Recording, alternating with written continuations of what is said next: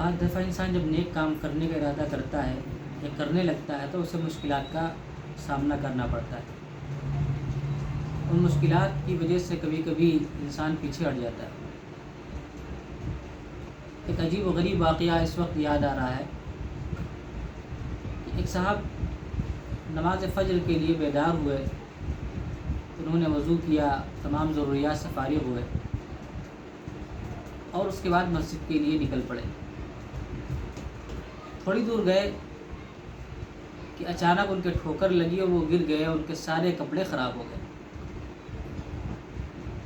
لیکن ان کے ایمان کی حرارت اتنی تیز تھی کہ وہ گئے واپس اور پورے کپڑوں کو صاف کیا، خود صاف ہوئے اور دوبارہ پھر مسجد کے لیے چلے گئے. اسی جگہ پہنچے، پھر اتفاق سے پھر وہ گر گئے اور سارے کے سارے کپڑے ان کے پھر خراب ہو گئے. دوبارہ گرنے کے بعد ہم جیسا کوئی آدمی ہوتا تو سوچتا کہ گھر چلتے ہیں اور گھر ہی نماز ادا کر لیتے ہیں. لیکن وہ گھر گئے، انہوں نے اپنے کپڑے صاف کیے، اپنے بدن کو صاف کیا اور پھر چل پڑے وہ. اور جب اس جگہ پہنچے جہاں پہ وہ 2 مرتبہ گر چکے تھے، دیکھا ایک آدمی لالٹین لیے کھڑا ہوا ہے.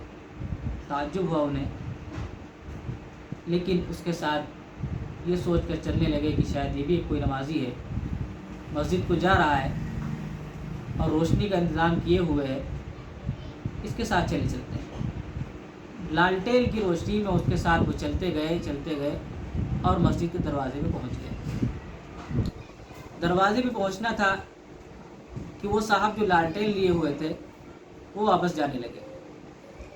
نمازی صاحب نے فرمایا کہ آئیے نماز پڑھ لیجئے، چلیے اندر.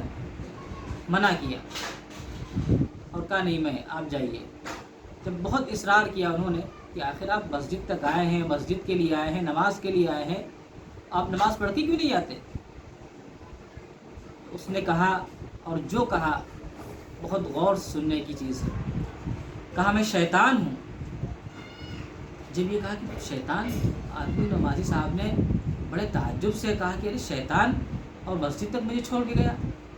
تو اس نے کہا جی ہاں، آپ جب مسجد کے لیے تشریف لا رہے تھے تو آپ کو میں نے دھکا دیا اور آپ گر گئے.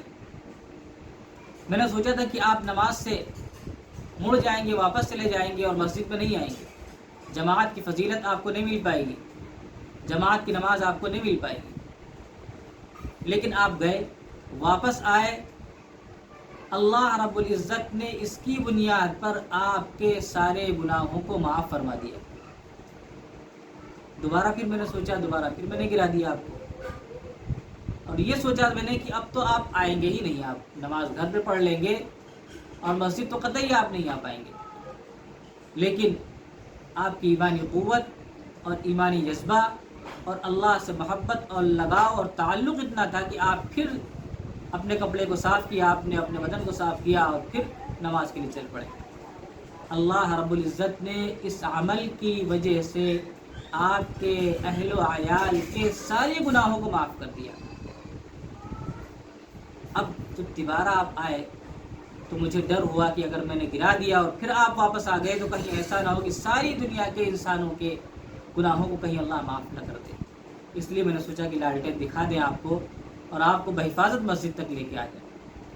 تو اس قصے سے اور اس واقعے سے یہ سبق ملتا ہے کہ نیکیوں کے کرنے کے لیے پریشانیاں آتی ہیں، مصیبتیں آتی ہیں، انسان کو اس پہ ڈٹ جانا چاہیے اور نیک کام جو اس نے ارادہ کیا اس کو ہر حال میں کر ہی لینا چاہیے، اور اس میں خیر ہے، اس میں گھبرانا نہ چاہیے اور پریشان قطعی تو بالکل نہ ہونا چاہیے.